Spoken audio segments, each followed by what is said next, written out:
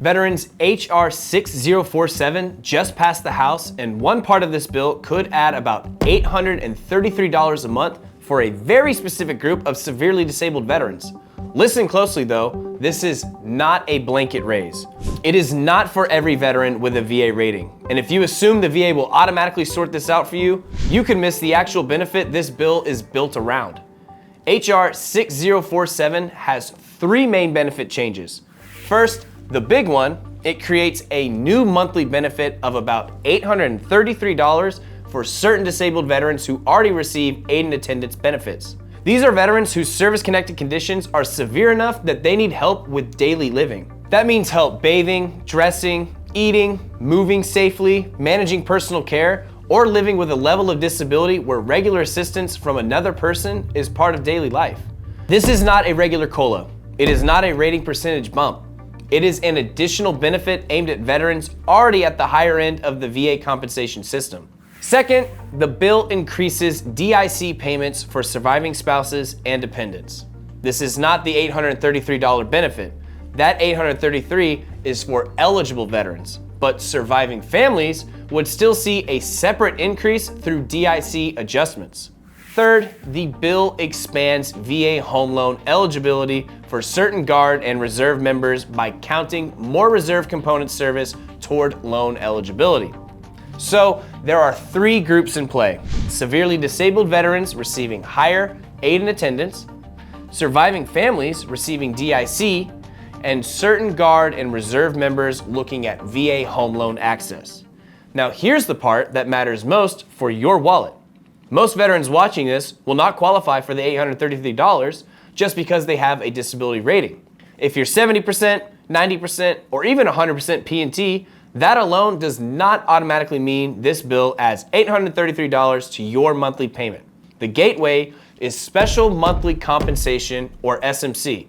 SMC is extra compensation the VA pays when a service-connected disability creates needs that go beyond a standard rating.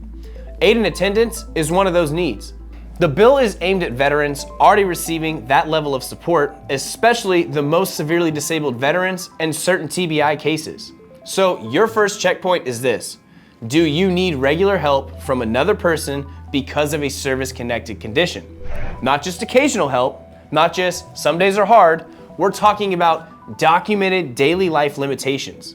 If yes, your second checkpoint is this: does the VA decision letter mention SMC, aid and attendance, or sections like 38 USC 1114R or 1114T?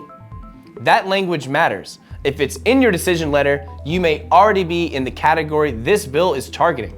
If it is not there and your condition truly requires daily assistance, then your issue may be bigger than this bill. You may need to look at whether you should have filed for SMC in the first place. Let's make this practical. Example 1, a veteran with a severe service-connected TBI who relies on a caregiver every day and already receives a higher level aid and attendance. That veteran is the kind of person this $833 benefit is designed to help. Example 2, a veteran who is 100% P&T but does not receive SMC and does not have documented aid and attendance needs. That veteran may not see this $833 added just because they are rated at 100%. Example 3, a surviving spouse receiving DIC. They do not get the $833 veteran benefit, but they should watch the DIC increase and make sure their VA payment is active and correct.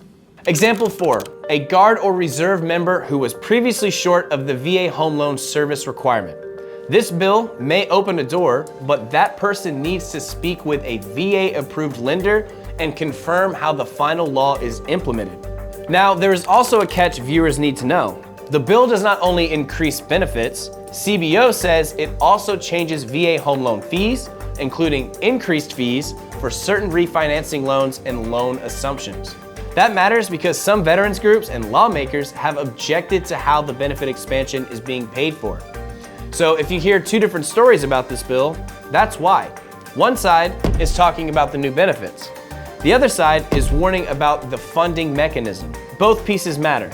Now let's talk about what you should do next. First, pull your most recent VA rating decision letter. Look for these words: SMC, Special Monthly Compensation, Aid and Attendance, Housebound, or references to 38 USC 1114. If you see SMC or aid in attendance language, pay close attention as this bill moves through the Senate. You may already be in the lane this benefit is aimed at. If you do not see that language, ask yourself the hard question. Do your service-connected conditions require regular personal assistance from another person? If the honest answer is yes, then don't wait on Congress to fix that for you. You may need to file or request evaluation for special monthly compensation and support it with medical records, caregiver statements, daily living limitations, and accurate documentation of what your condition actually requires. Do not exaggerate, do not minimize.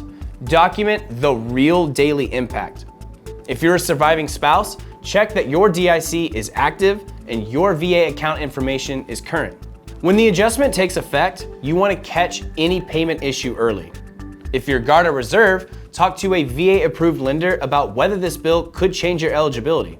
Don't assume, verify. And one more important point, this bill is not law yet. Passing the House is a major step, but it still needs the rest of the process before benefits actually change. So, the smart move is to get your paperwork in order right now. Because if this becomes law and you are already properly documented, you are in a much better position than the veteran who waits until the headlines are everywhere and starts from zero. So here's your mission after this video. Pull your decision letter, search for SMC and aid in attendance language. If it's there, track this bill closely. If it's missing and you need daily help because of a service-connected condition, find out why it's missing. That is where the money is. That is where the mistakes happen. And that is where too many veterans leave benefits sitting on the table. If you're not sure where you stand, go to VetClaims.ai. We'll help you understand what your rating actually says, what may be missing, and what your next step should be. And don't forget to subscribe and let us know in the comments what topic we should cover next.